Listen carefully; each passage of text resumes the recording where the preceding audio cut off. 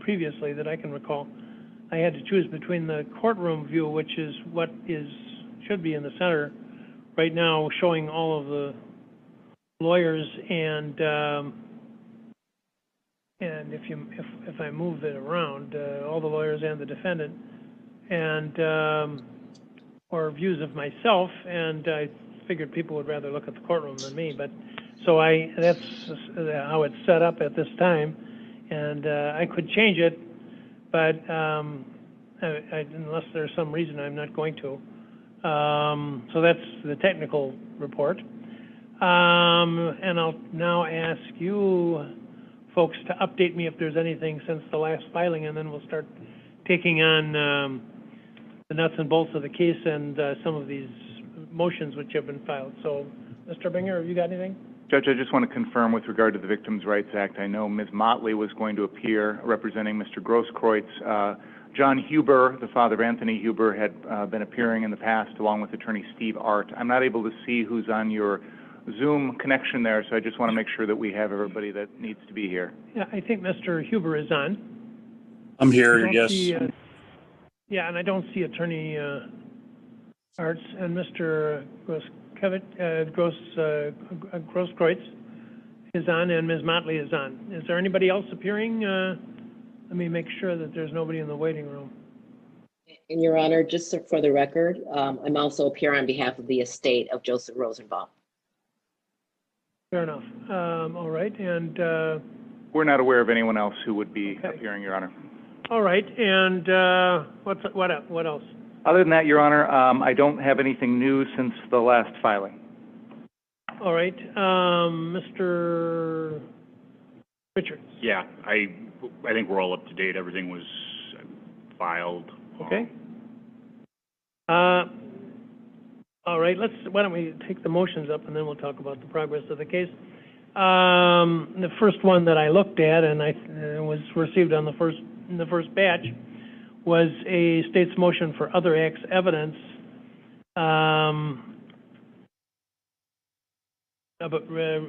state alleging that on June 1st of last year, the defendant assaulted a female in Kenosha, and I did review your briefs. Did you want to add anything to what's already in the brief, Mr. Binger? Your Honor, I've reviewed the defense response brief, and I think that there is a notion that the defendant's state of mind is not relevant here, or that because there's really no dispute that these were intentional acts, that somehow the only issue remaining for trial is the reasonableness of the defendant's actions. That may very well be where we're at the end of the trial, but at the beginning of the trial, I have a burden of proof. There are claims against the defendant that go to his state of mind in terms of intent or recklessness, and it's my burden to prove that. At that time in the case, I won't have any testimony from the defendant. I don't know if he's going to testify or not. He doesn't have to. He has the right to remain silent. So I certainly can't presume what evidence may or may not come in the defense case. This is an unusual homicide case in the sense that it is not a whodunit. This is not a question of did the defendant kill anyone. The question is what was his state of mind and whether or not his actions were reasonable or not, and whether or not they go to intent or recklessness or some other mens rea. That is the mental state that the state needs to prove. We don't convict people without the requisite mens rea. So his state of mind is perhaps the most critical issue in this case. The motions that we filed, both this one and the other acts motion that we'll get to in a moment, illuminate the defendant's state of mind, both on the night in question and also on these preceding events of June 1st and August 10th, which is the date of the other motion, or the events of the other motion. And I believe that these motions help the jury to understand the defendant's state of mind. And I think that that is a relevant element, both in terms of the criminal charges here and also under State v. Sullivan, in terms of intent, motive, knowledge, absence of mistake, etc. The first motion that you've discussed, Judge, has two prongs to it. One is with regard to that June 1st fight. That is a fight which has been captured on video. It is an incident in which it's my understanding that the defendant's sister got into a physical altercation with another female. This was essentially a one-on-one fight, somewhat of a consensual fight. Both of them interested in assaulting one another. But in the midst of that, Mr. Rittenhouse intervenes and begins to add on to what his sister is doing to this other female by assaulting that second female. And I think that that goes to the defendant's state of mind in this case, because it shows that his understanding of self-defense, his understanding of the need for self-defense is a certain way, and I think it's an improper and unjustified use of it. I also think it goes to what I will posit will be a strong theory of the state's case here, which is the defendant is essentially a teenage vigilante involving himself in things that don't concern him. And we have a common theme here, both with regard to this incident and the August 10th incident that's the subject of our second other acts motion. The defendant throwing himself into situations that don't concern him, that he has no complete knowledge of, that no one asked him to be involved in, and using force or threatening to use force in an unjustified, illegal, unwarranted manner. So I think with regard to this other acts motion, that June 1st incident illuminates the truth for the jury. It illuminates the defendant's state of mind. And the jury is going to have to consider that state of mind when it makes its determination here in this case. The second part of that other acts motion is with regard to the incident after a court appearance in January, where the defendant goes to a bar in Racine and is serenaded by members of the Proud Boys. Now, we have since learned that those individuals that were serenading the defendant consist of the highest echelon of the Wisconsin Proud Boys chapter, including their leader, their current sergeant-at-arms, their former sergeant-at-arms, and other high-ranking members of that organization. This was not a random crossing of paths here in a random bar at a random time where they just happen upon one another. This was something that was coordinated. This is something where Mr. Rittenhouse intended to be there. These other individuals intended to be there. And the Proud Boys organization is relevant to this case because we have to put the incident of August 25th in context. This was not a festival in the park where somebody suddenly pulled out a gun and started randomly shooting. Most everyone that was there on the streets of Kenosha on August 25th was there because of their beliefs, one way or another, with regard to the shooting of Jacob Blake. And I don't need to argue one side or the other. The court does not need to make a determination one side or the other. But we can't ignore the fact that people were drawn to the streets of Kenosha that night because of a response to the shooting of Jacob Blake. There were some out there that believed that that shooting was justified. Some felt it was unjustified. There were other chaos tourists like the defendant who were drawn like a moth to the flame to our community. We've seen folks that have committed crimes under the cover of that chaos, burglaries and looting and arson. The defendant wasn't one of those people, but this was the type of person that was drawn to our community. The defendant, I believe, was drawn to this incident because of his beliefs, which are consistent with those of the Proud Boys. And I believe that those beliefs include a desire to use violence to support that philosophy. The Proud Boys are a well-known national organization that takes pride in using violence to achieve their means, that takes pride in showing up at rallies and protests by what they consider to be their opposition, which can be loosely considered to be Black Lives Matter or Antifa or whatever you want to call them, and using violence to disrupt those protests. The defendant came to our community. He's not a resident. He's underage. He's out after curfew. He's armed with an illegal weapon. Why? That is the question. His state of mind, his intent that night, is a crucial issue in this case. The defense will no doubt try and portray the defendant as an altruistic, young, idealistic individual who was here to try and help our community, protect a business, clean up graffiti, use his medical supplies to help people in need. They will try and show his state of mind as being a positive, helping one. The state is entitled to introduce evidence that further illuminates his state of mind for the jury. And the jury will ultimately make the decision as to his intent, his motives, his state of mind, what he personally believed at the time of these shootings, and they will introduce their reasonable impressions as our community members as to what a reasonable person would do in those circumstances. So those are the questions the jury is going to be asked. I believe a trial is about the truth. I believe that these issues go to the truth of the matter. The jury can be advised as to how to consider the weight of this evidence. The jury can make its determination as to the weight and the relevance, the importance or the pertinence of this in terms of whether it's really a true description of the defendant's state of mind or whether the other side, portraying him in a different light, is the true portrait of his state of mind.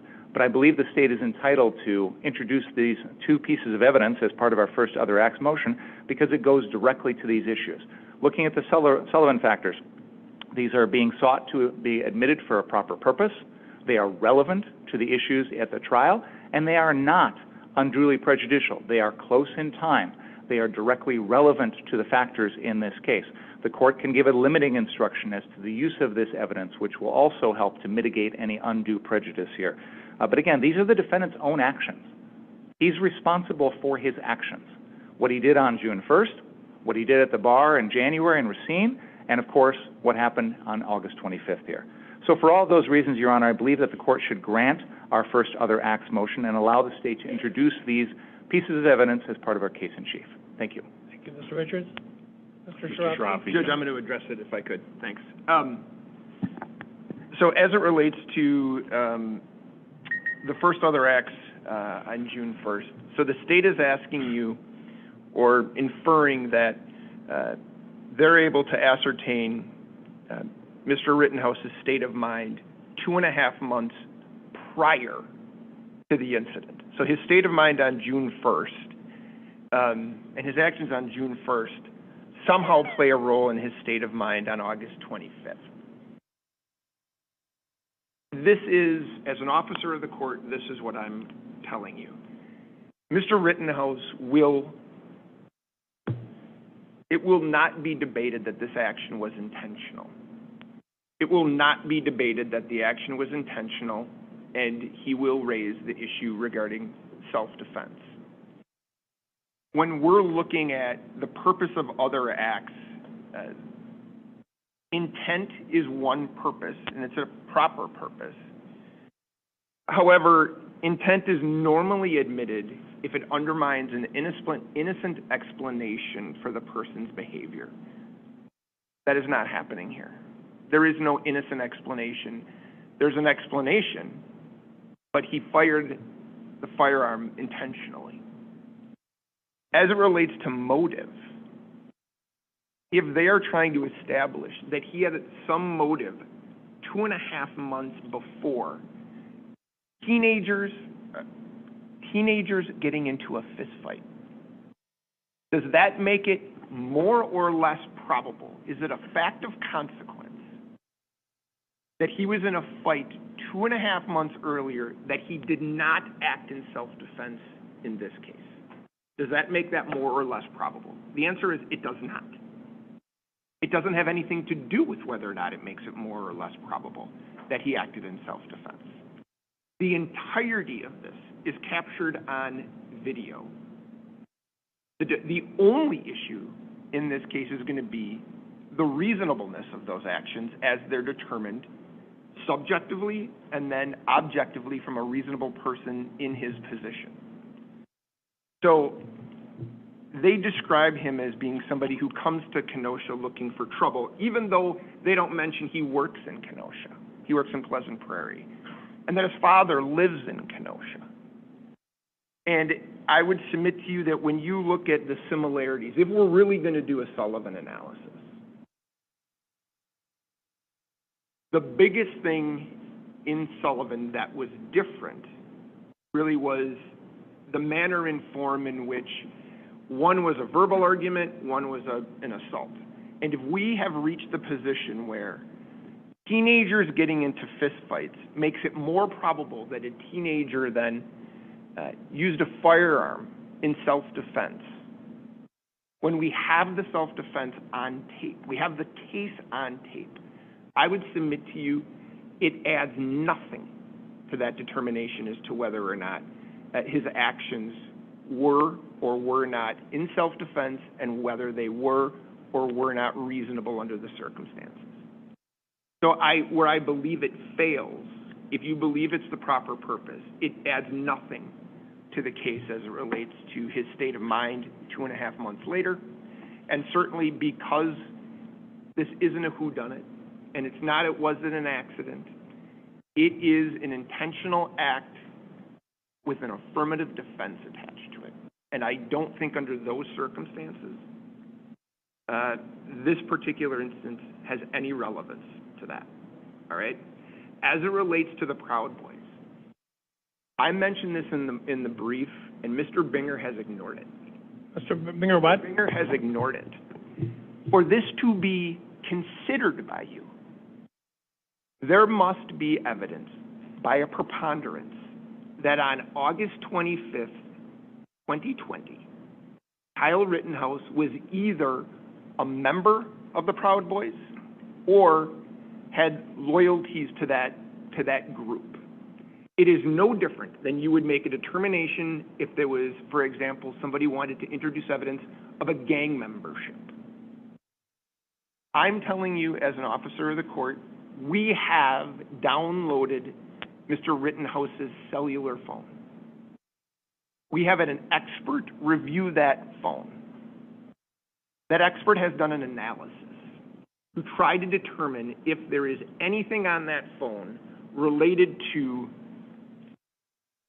Proud Boys, militia, white nationalists, Boogaloo Boys, KKK, 3%ers, any type of hate group that you might consider. And the finding was the extraction does not establish that the user belonged to or even had any interest in any malicious-style organizations. Mr. Binger has provided you no information whatsoever that on the day in question, August 25th, that Kyle Rittenhouse had any affiliation with that group at all. He's asking that you take and allow evidence to be admitted over 4 months later about a photograph without any information that anything related to this case involved the Proud Boys. There has been nothing. And I have cited for this court cases in my brief related to, for example, gang memberships.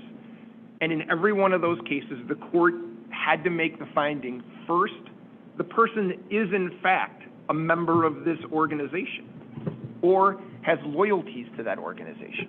You've heard nothing in his brief and nothing in his argument today that would substantiate that on August 25th, that fact existed. There has been interviews with witnesses, some of whom are admitted militia members, some of whom are admitted far right-wing have right-wing ideology, to a person none of them had ever heard of, talked to, knew of Kyle Rittenhouse prior to that day. None of them.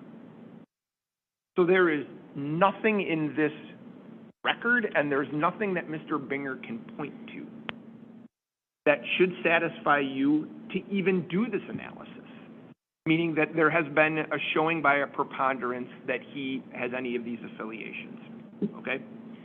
So I don't think they get there. However, if you're going to make the considerations as to whether or not they have provided that evidence to you by a preponderance, and we're going to go to the relevance standard, there is nothing that would indicate that any of these shootings were related to, he describes them as the Proud Boys as a racist hate group. There is nothing in this evidence that would support the idea that any one of these shootings was racially based. I mean, we have to remember the 3 people that were shot are white. The only racial statements that were made that's going to be in evidence in this case is of Mr. Rosenbaum, the first person was screaming the N-word during this. That's it. So to admit evidence that because he's a member or has ties to an organization which he's been unable to prove, that this somehow is a motive for the shootings, when unless they can tie that these shootings are somehow racially related to these three people, it doesn't add anything to whether or not it was done in self-defense. It is without debate, Judge. All three of these people were chasing Kyle Rittenhouse. All of them. That is not debatable. So for them to say the fact that he has, or they believe he has some tie to this organization, without any information that in fact that's the reason that this happened, it doesn't move the ball further down in terms of making something more or less probable, a consequence of fact. If they can't show that this shooting was related to that and argue that's the reason it wasn't in self-defense, I don't think they move the ball. And I think if you're really going to do the Sullivan analysis, what they're talking about is 4 months after the fact, people in a bar. There's no information that Mr. Rittenhouse knew who they were when the photos were taken. But he's having lunch and they're taking pictures. That is somehow close in similarity to what happened on August 25th. As I mentioned in my motion, my response, August 25th has been described as a war zone in Kenosha. The evidence in this case will be multiple people are armed, whether it's militia members, rioters, threats are being made amongst the groups, there's a curfew, there's police presence. You're going to use that and say having lunch and taking photos with people with no tie to that organization is somehow moves the ball toward making it more or less probable this was not done in self-defense. I ask that you consider it, as I said, much like courts consider membership in other organizations. There has to be some tie to it before you would allow it to be admitted. I would finally, in this particular case, talk about the unfair prejudice without a tie to it, without some information that he's part of this group, and without some information that these shootings were motivated by hate or race. It is, the probative value of that is substantially outweighed by its prejudicial value. We are hoping to try this case on the facts. And to admit evidence that bears nothing moving forward on the case, other than to say he has some ties to some hate group, even though there's no proof the shooting was related to a hate group, I think would wildly prejudice the jury as it relates to the facts of the case. So I don't believe they've, certainly as it relates to the Proud Boys, I don't even think you get to this, Judge, unless Mr. Bringer can point to some indication that on that day there's a connection that he can actually put forth in evidence. But otherwise, I believe the evidence is not relevant, should not be admitted. The first one is 2.5 months before. The second one is 4 months after. And I don't think it would assist the jury in any way in this case in making that determination, and I would ask that you deny the motion. Thank you. Well, I'll tell you, with respect to both of these requests, I think if I admitted either of these, I'd get reversed. That's the bottom line. I think that the first one, the incident involving the sister, this is clear, in my estimation, it's a propensity evidence. It's an opportunity to suggest to the jurors that he's acted in a violent way on other occasions, and therefore he acted in a violent way on this occasion. There's no connection between these two events at all. They're totally dislike each other. One involves a fight involving some kids, including the sister of the accused, and how he reacted in that particular instance, which has nothing to do with what happened in an incident which, and I haven't seen all the videos that you folks have had, or seen witness statements as you have, but it sounds like pretty clearly that at the time that the first incident occurred, and certainly I've seen the videos of the second set of shootings, that in all of the instances there was actually contact between the people leading up to the shooting incidents, and in all of the incidents there was some confrontative behavior, which is certainly subject to multiple interpretations, and I don't want to get into that. That's for the jury. But it's nothing like the incident involving the sister. So this, to me, is clearly propensity evidence. It's exactly the kind of evidence that the rule is designed to prohibit. And as I say, I'm virtually certain that if I admitted this kind of evidence, it would be end up in a reversal if there were a conviction.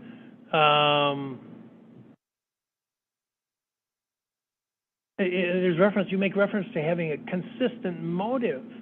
You know, that kind of thing would be more persuasive if there were similar incidents in which there were demonstrated consistent motive.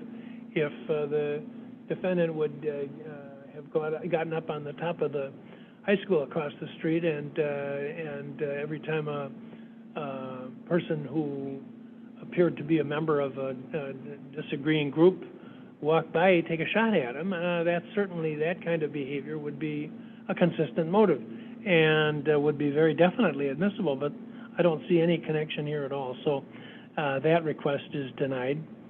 And while I agree with you that you have the burden of proof and you can't, and the defense cannot head off your evidence by saying we're going to acknowledge this was a willful shooting, I agree with you there. I also have to be open to the voice of reason in terms of how the case is shaping up, and I don't think there's any doubt about the fact that the defense is clearly conceding the issue, and the law is also clear that when that's the case, the judge has to look at it a little bit differently. Certainly if they walk in here on day of trial and start claiming that it was the acts of shooting were not willful, then I'll take another look at this evidence, although I certainly don't want to suggest to you that, but it would put a different light on it for sure. So that request is denied. The Proud Boys evidence, you know, at this point I don't know, and perhaps you have other information which I don't know about, but I don't know whether there was a prearrangement to meet these people or if there was an awareness of who these people were.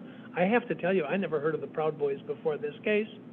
And you cited a Seattle newspaper, and I'm not going to rely on a newspaper account about what an organization is, whether they're a hate-inspired group or whatever they may be. There's such a spectrum of groups in this country, and it seems to be more every day. But and I don't think it's for the courts, except in the most appropriate circumstances, to be making determinations, and certainly not on the basis of an article in a newspaper in Seattle, about what an organization is.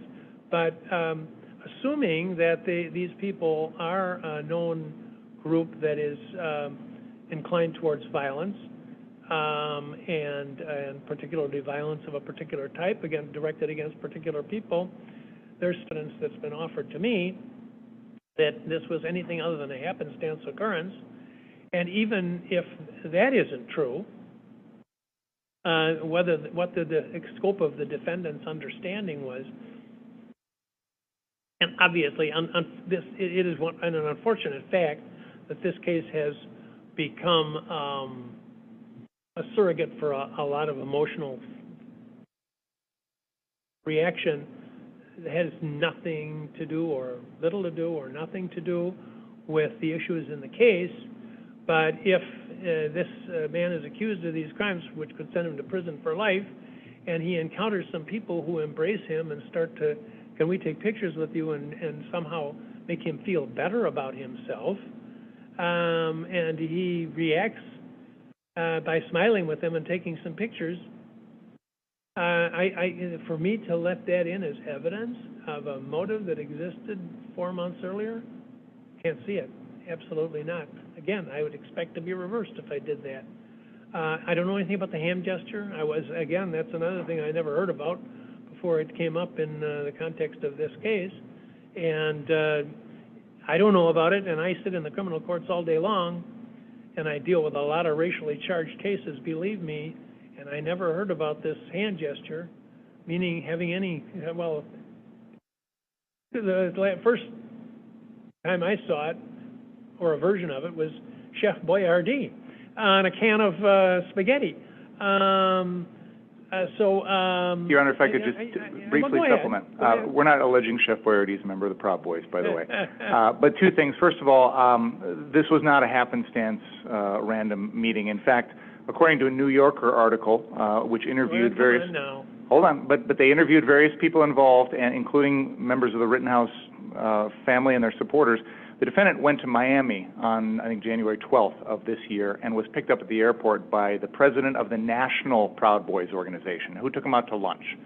That was intentional. So this is consistent. This is a pattern. This is not a random meeting at Pudgy's Bar in Racine. When was the event? This was January 12th. So this was 9 days or 8 days after the incident at Pudgy's Bar in Racine. The defendant's in Miami, picked up at the airport by the head of the National Proud Boys organization. So I submit to you, the question the defense asks is, what's the proof that he's affiliated with this organization? This is the proof. He goes out after court, drives up to Racine and meets them at a bar, goes to Miami, is picked up at the airport, and has lunch with the national head of that. So this is the evidence of the affiliation. What does that mean about August 25th of last year? And the jury can make a decision on that, Your Honor. I believe that it is consistent with the Proud Boys' mantra, their philosophy of going to these types of protests armed with the intent of causing violence.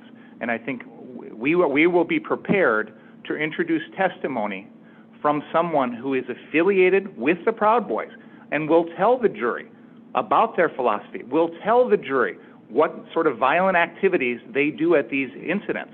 So again, I understand the court doesn't want to rely on a Seattle newspaper article. We will have a witness who will tell the jury exactly what the Proud Boys is about, exactly what they try and do, exactly what their philosophy is.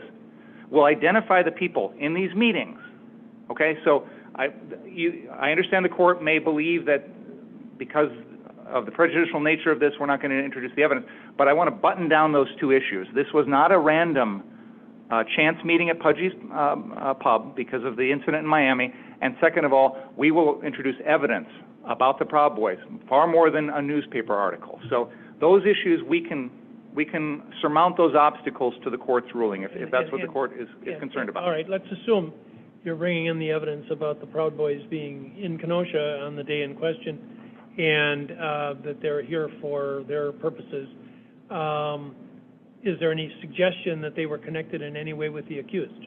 On the date of August 25th, I will acknowledge that I'm not going to be able to prove that that was a coordinated thing between the defendant and the Proud Boys that night.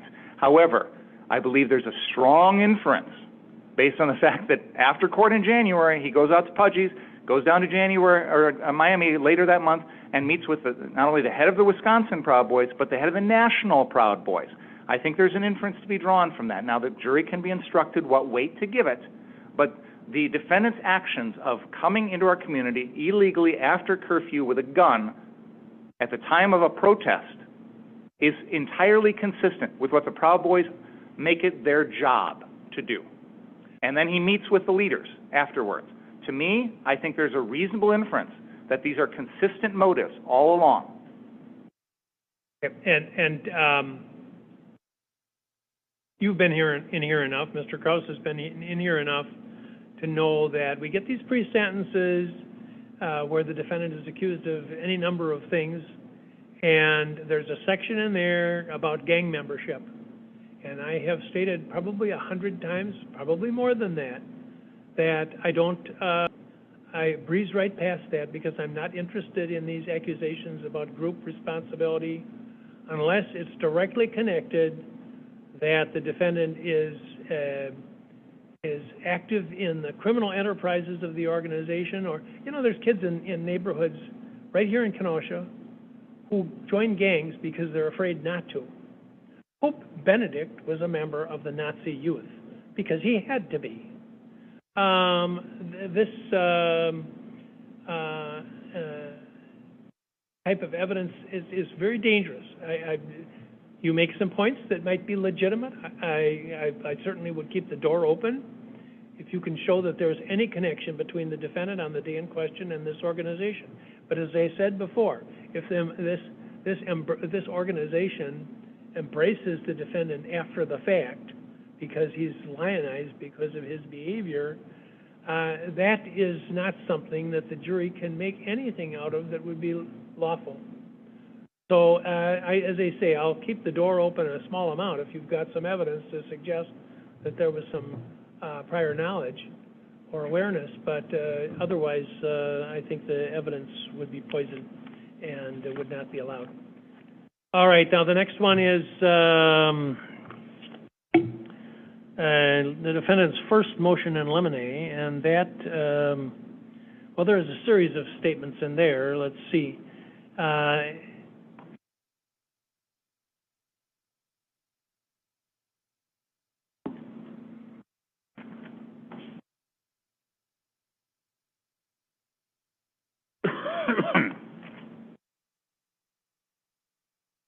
He's asking that the state be prohibited from the Pudgy's incident. That's in point 3, and I've already discussed that.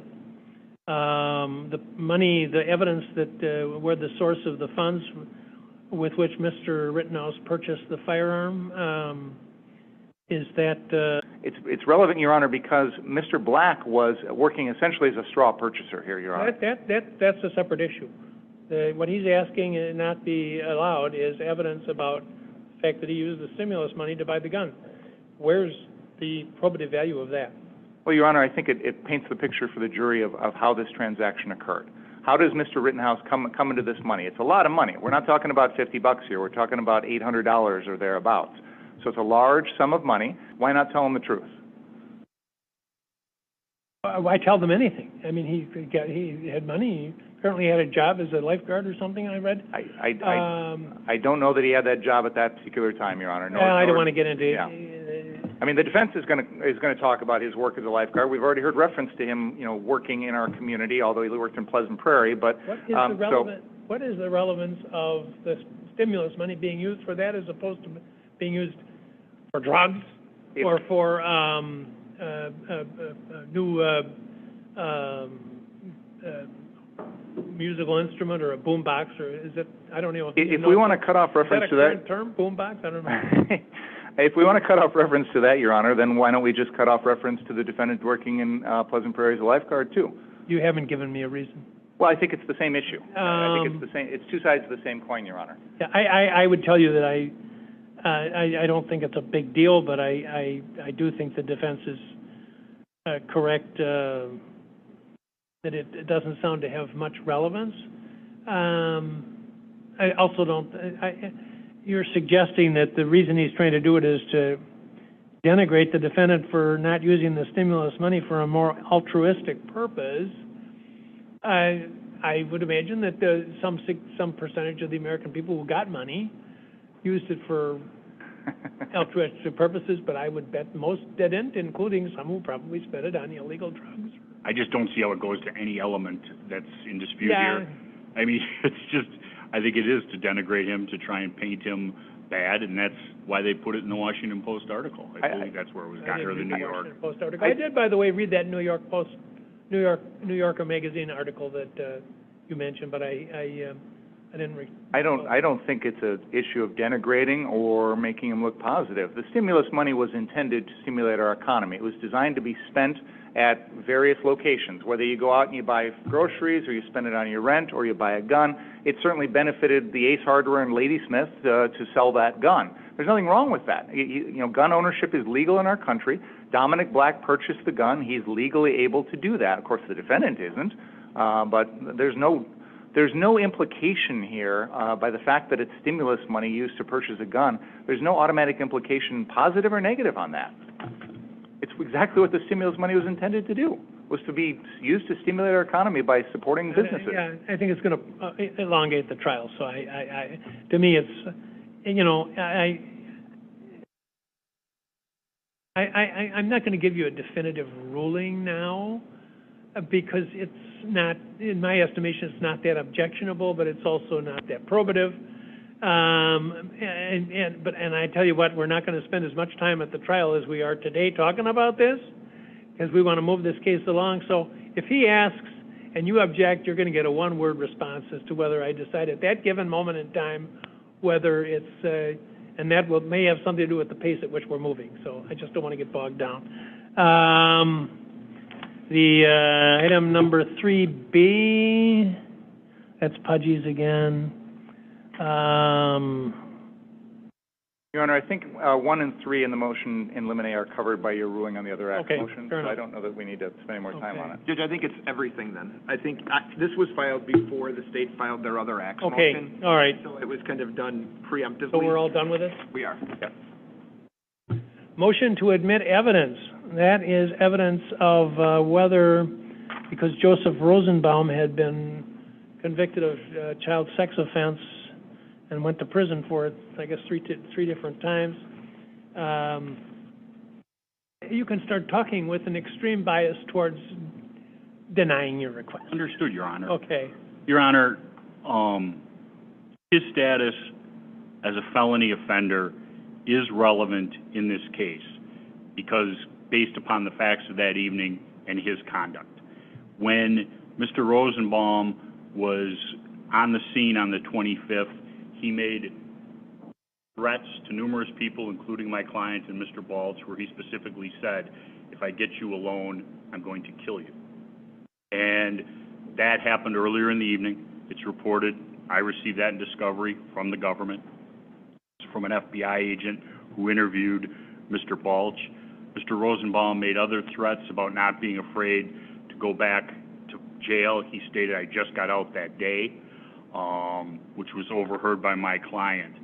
And ultimately what ends up happening, and it's on the video, my client is walking down the street, Sheridan Road, towards what I would refer to as car source 3, where the first shooting occurs.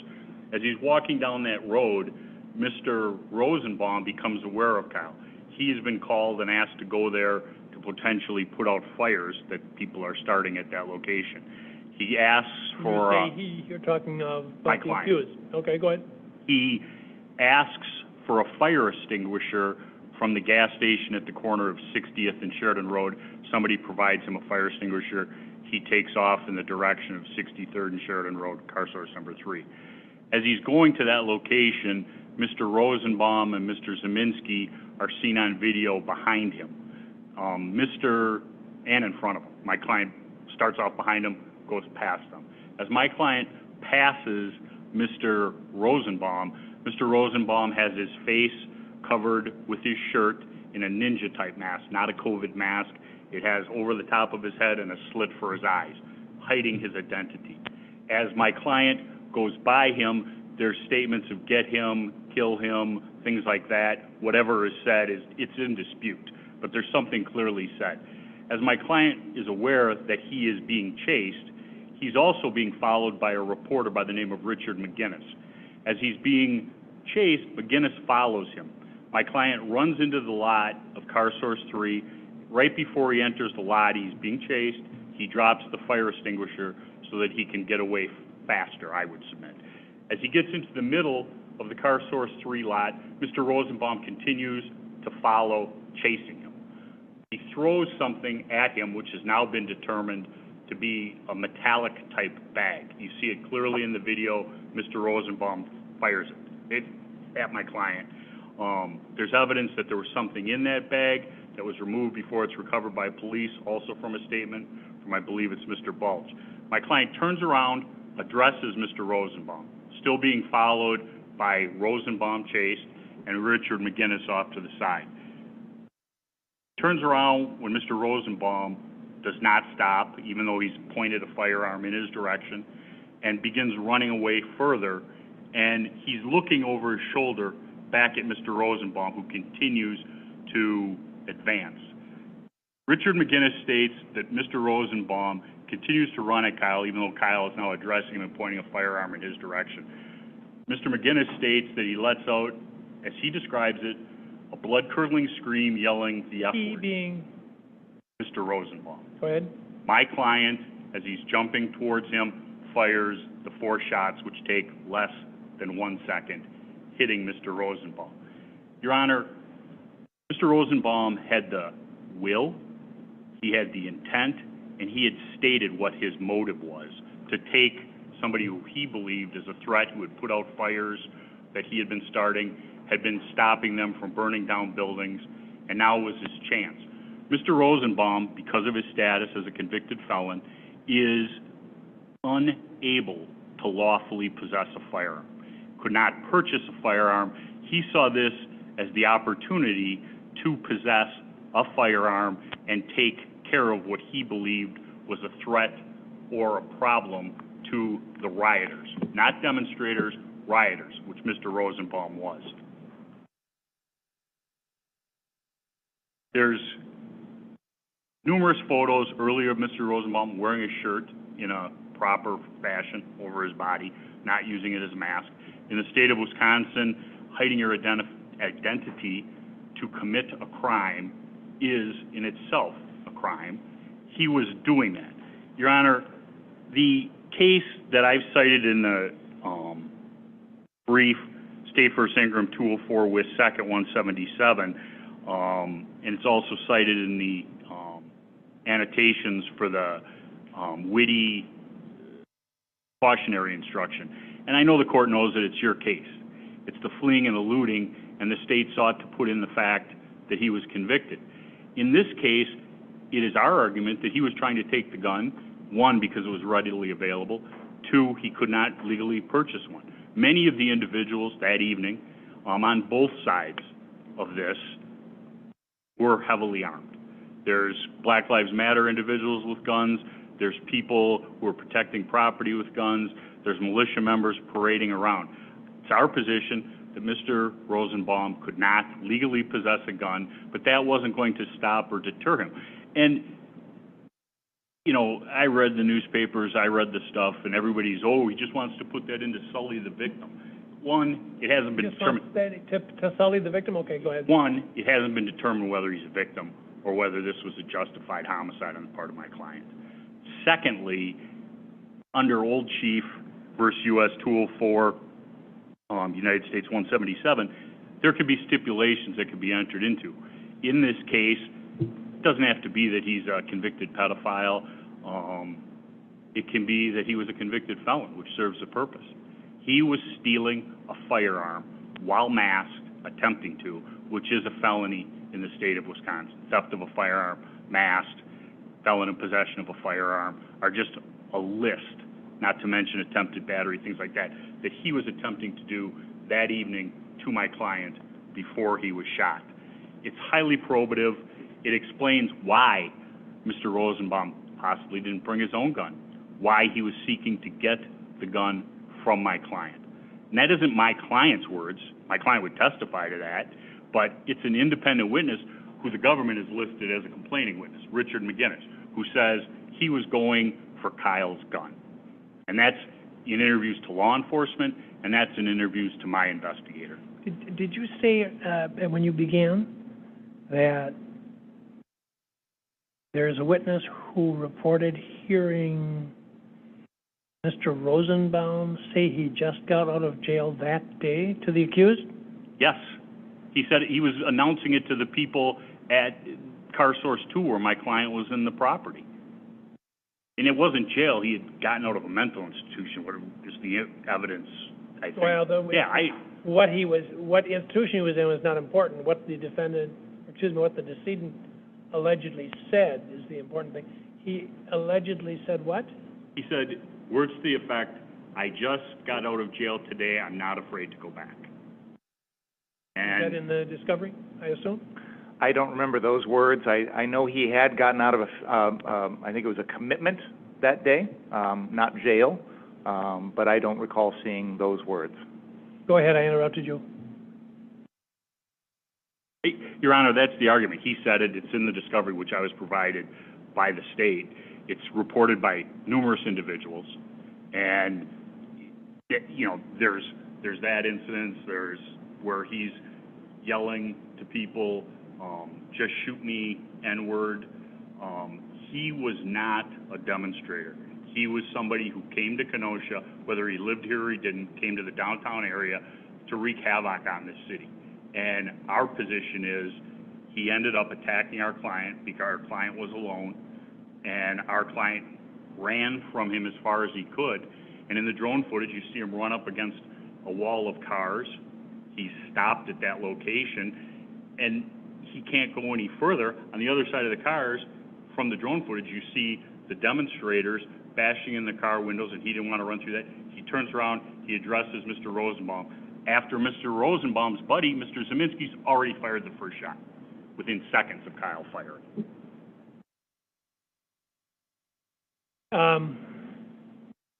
Mr. Finger. Judge, there are a lot of people out there commenting on this case that are happy that Kyle Rittenhouse killed a pedophile, and that's the danger here. We don't want the jury to make a determination that somehow this was justified because it got one child molester off the streets. That is not what was going on here. I want to clarify that Kyle Rittenhouse knew none of this at the time of this incident, had no idea that Joseph Rosenbaum had ever been convicted of felon, had no idea he was a sex offender or anything like that. So this doesn't go to Kyle Rittenhouse's state of mind, and that's important for self-defense. This is not a subjective issue. This is not a reasonable issue. It does not go to self-defense at all because there's no evidence Kyle Rittenhouse knew anything about Joseph Rosenbaum's history that night. They had never crossed paths before that night. They'd never met. And I agree with you on all of what those so points that you're making. I guess I'm struggling with, and as you recall, I started by saying that I had extreme bias against the defense position, but I'm struggling now a little bit because I'm hearing about this statement allegedly made by Mr. Rosenbaum about having just gotten out that day and not afraid to go back, if that is in fact testimony that's going to be offered at the trial.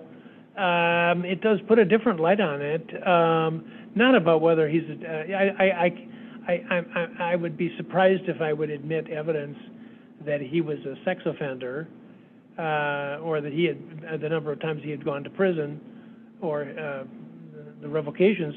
However, if indeed there's evidence produced that he had made the statement about just having gotten out that day, that certainly does put a little bit of a different light about it. So you don't have to convince me that about what was in the mind of the accused, other than the statement allegedly made that he had just gotten out that day. And so why don't you argue on that point? Sure, Your Honor. With regard to the motive that Joseph Rosenbaum had that evening when he confronted the defendant, because that's where this really goes to. The defense wants to argue that his motivation in confronting the defendant was, among many other things, which counsel's just detailed, a desire to obtain the defendant's gun because Mr. Rosenbaum couldn't get the gun any legal way. That is really what this is. He's a felon, so he can't go to Dunham's or Gander Mountain and buy a gun. He's got to steal it. That's the only reason why this fact of his felony conviction could possibly come in at trial, is to show that motive. So, how plausible is that motive? First of all, we have no evidence that Joseph Rosenbaum wanted a gun that night. None whatsoever. No one is going to testify that he ever tried to get a gun since his last felony conviction, that he ever said he wanted a gun that night, that he ever said anything about wanting to get armed that night.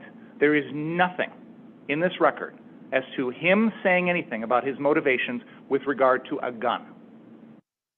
Second of all, counsel's acknowledged everybody had guns that night.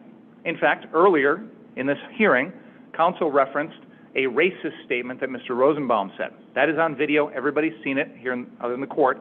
And it's clear Mr. Rosenbaum is walking up to individuals that are similarly armed to Mr. Rittenhouse, that are openly carrying AR-15 style assault rifles slung around their shoulders.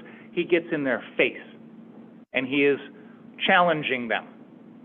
This happens on the videos. Now, does Mr. Rosenbaum at any point reach for anyone's gun in that situation? No. Does he try and take it away from anyone? Does he say, let me have that gun? Does he say anything about a gun? No.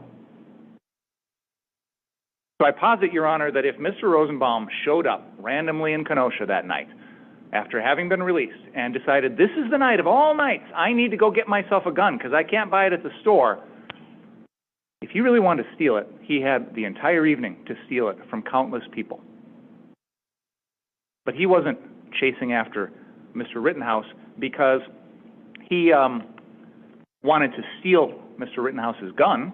Counsel's already detailed numerous allegations or parts of this story that the defense will try and introduce evidence on that suggests that there were other reasons why Mr. Rosenbaum may or may not have been chasing Mr. Rittenhouse. And by the way, I don't concede the narrative that counsel laid out about the facts here because I think there's more to the story, which we'll get at trial. But at any rate, if you listen to counsel's argument, the allegation is that Mr. Rosenbaum was starting fires. He was trying to destroy property. The defendant was grabbing a fire extinguisher, trying to stop Mr. Rosenbaum. They had multiple interactions, at least one at the car source on 59th, and then maybe later on as they're traveling down Sheridan towards the 63rd Street car source.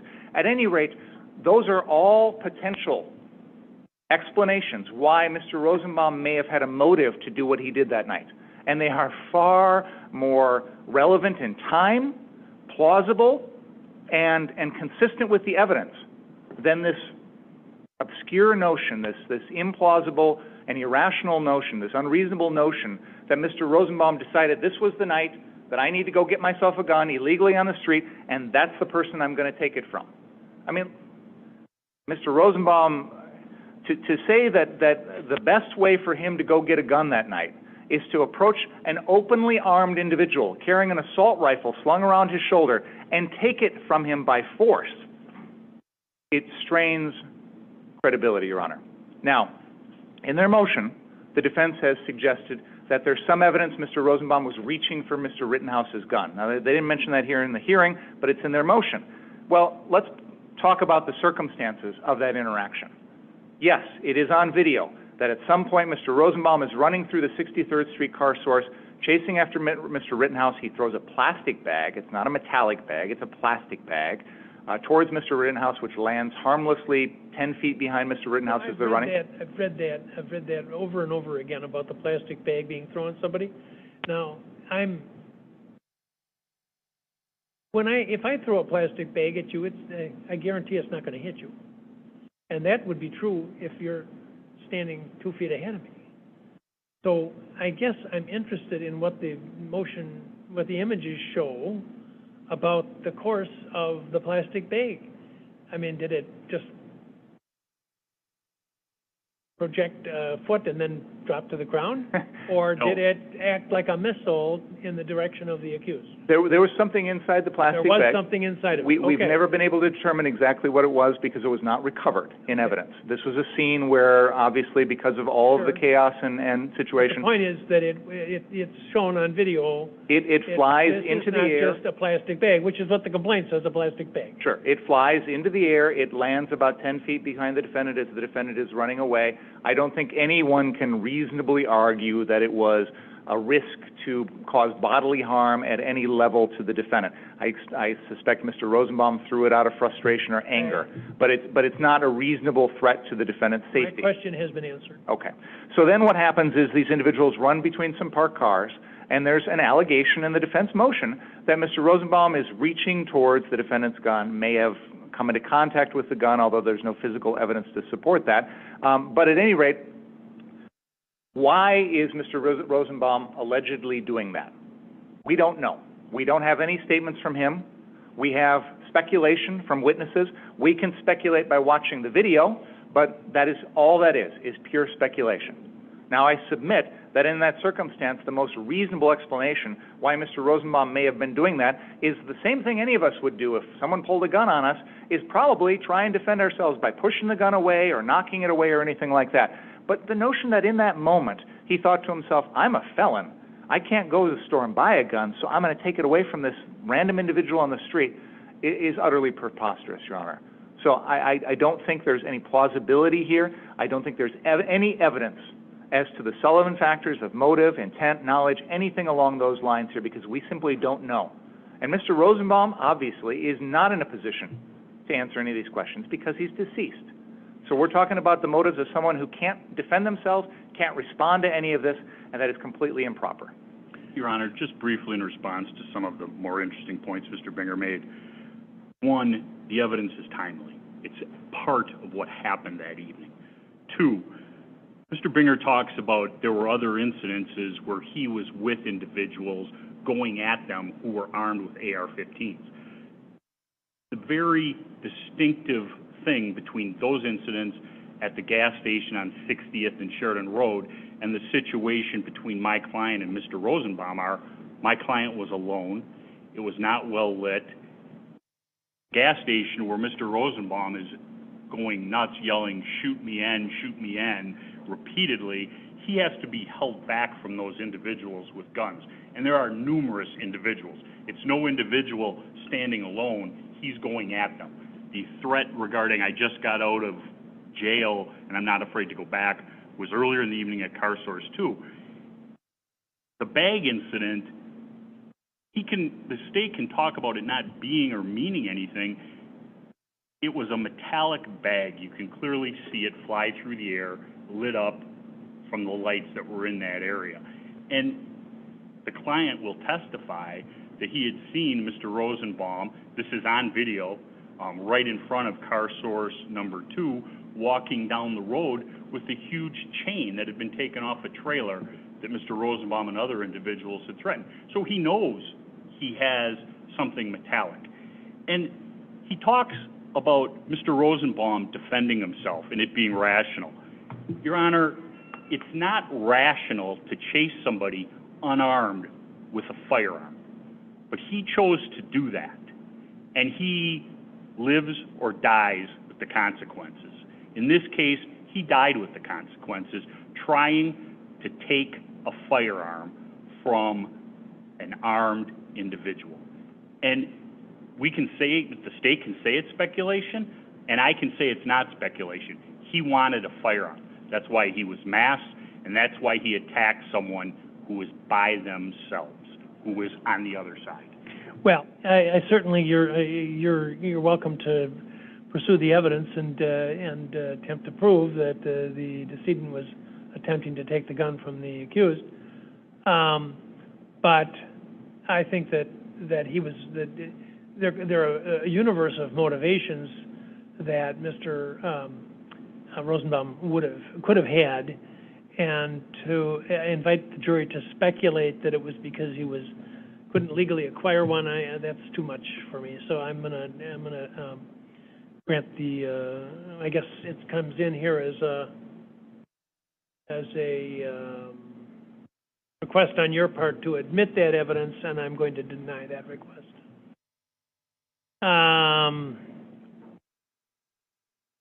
Notice of intent to introduce. Oh, this is the testimony of John R. Black. By the way, the clerk told me that there were some materials received today about expert witnesses that I have not seen. They were not filed until either this morning or last night, yesterday afternoon, and I haven't seen them, and I hope they're not something that you expected me to talk about today, because I've not even seen them. But I do have the discussion regarding John Black, and I will tell you, before I hear what you have to say. Your Honor, before we go any further, can we just take like a 5-minute break? Your wish is my command. Gonna work. All right, let's start again at 25 after. Thank you. I think I've got a case waiting in the wings, don't I?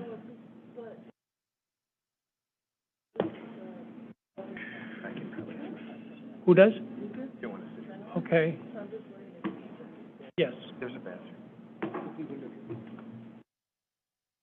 Okay. I was actually at one, well, never mind, I was gonna try to cover my tracks now, but.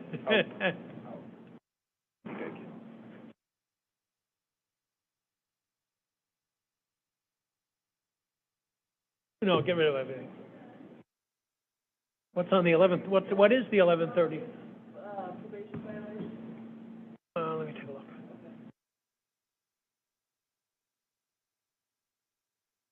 Beach, oh, that's Joseph Beach, okay.